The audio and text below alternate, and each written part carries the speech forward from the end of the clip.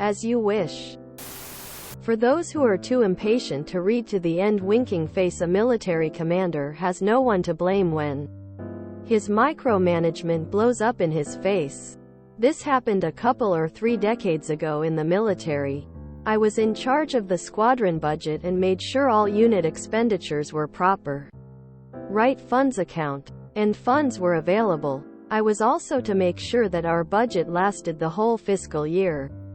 We got a new commander who was the worst micromanager I saw in my 20-year career. I made an appointment for my initial budget brief and proceeded to lay out our current expenditures, funding available, and the plans to spend it all by the end of the fiscal year. My new commander then tells me that he wants oversight on every penny spent in the squadron. I said I could do that, but I needed some clarification. He said very condescendingly, "Did you not hear me, Sergeant? I said every penny. I will approve every penny spent in this squadron before it is spent." I said, "Yes, sir. Do you want me to send paper requests or email them to you?" He said email would be sufficient and dismissed me.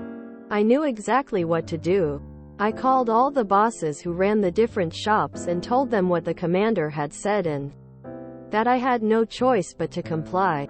None of them were happy, and a couple of them caught the tone in my voice and figured out what I was doing. I even told the squadron chief what was going to happen, and he told me that he would have my back. So I took all 27 spending accounts down to $0 available. Even the most critical aircraft parts couldn't be ordered until they sent me an email, which I forwarded to the commander. He never once responded. It took 2 weeks for everything to hit the fan. It was longer than I thought it would take, and I was starting to get nervous. We were in a staff meeting and the commander was pissed. He had just gotten his ass chewed by the colonel because of all the broke airplanes waiting on parts to be bought. He turned to the first flight chief and asked him why he had so much equipment that wasn't getting fixed. The chief said with a straight dead poker face, "SGT won't approve us buying any parts." The commander whipped his head toward me and angrily asked what the problem was. I looked him straight in the eye and said, "Sir, I sent those requests to you 2 weeks ago." You could see the color drain from his face as he quickly looked down. "We'll talk about this after the meeting." I kept my straight face, and I swear that I heard more than one muffled chuckle from the chiefs at the conference table. When the meeting was over, the commander told me to meet him in his office.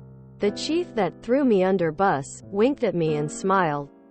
I walked in right behind the boss and reported formally. We normally only do this if we were in trouble or getting praise, but this guy insisted on it from everyone every time. "Mike." Apparently I was now on a first-name basis. "You seem to have a pretty firm grasp on the budget and what the flights need. I think you can approve the normal day-to-day stuff and just bring the big things to me." "Yes, sir," was all I could say without busting out in laughter. Every request was approved and ordered within an hour, and I was never questioned again. Postscript. Chief equals Chief Master Sergeant, the highest enlisted rank in the U.S. Air Force. I found out later that the chiefs had all gotten together and decided to go along with my idea. They could have stopped it immediately, but decided to teach the commander a lesson. Somehow the colonel that chewed my commander's ass had gotten word of what was going on and decided enough was enough, but he still didn't let on that he knew the real reason.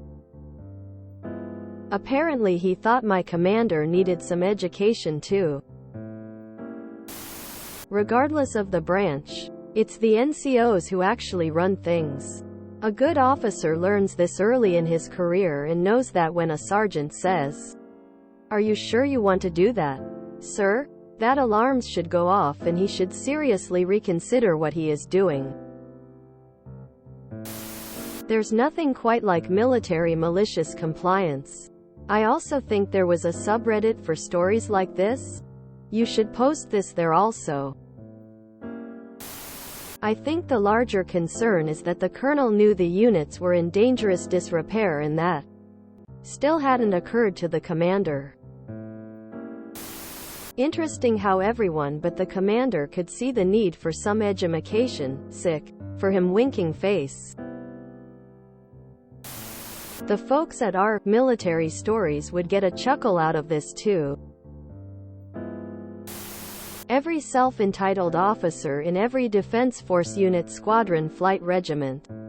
Eat, sleep, repeat. Until next posting, guys. Comply. This belongs in our fuckery university too. If you enjoyed this video, please check out our playlists full of similar content. Epic Eracast is like doom scrolling for your ears. Please like, share, and subscribe.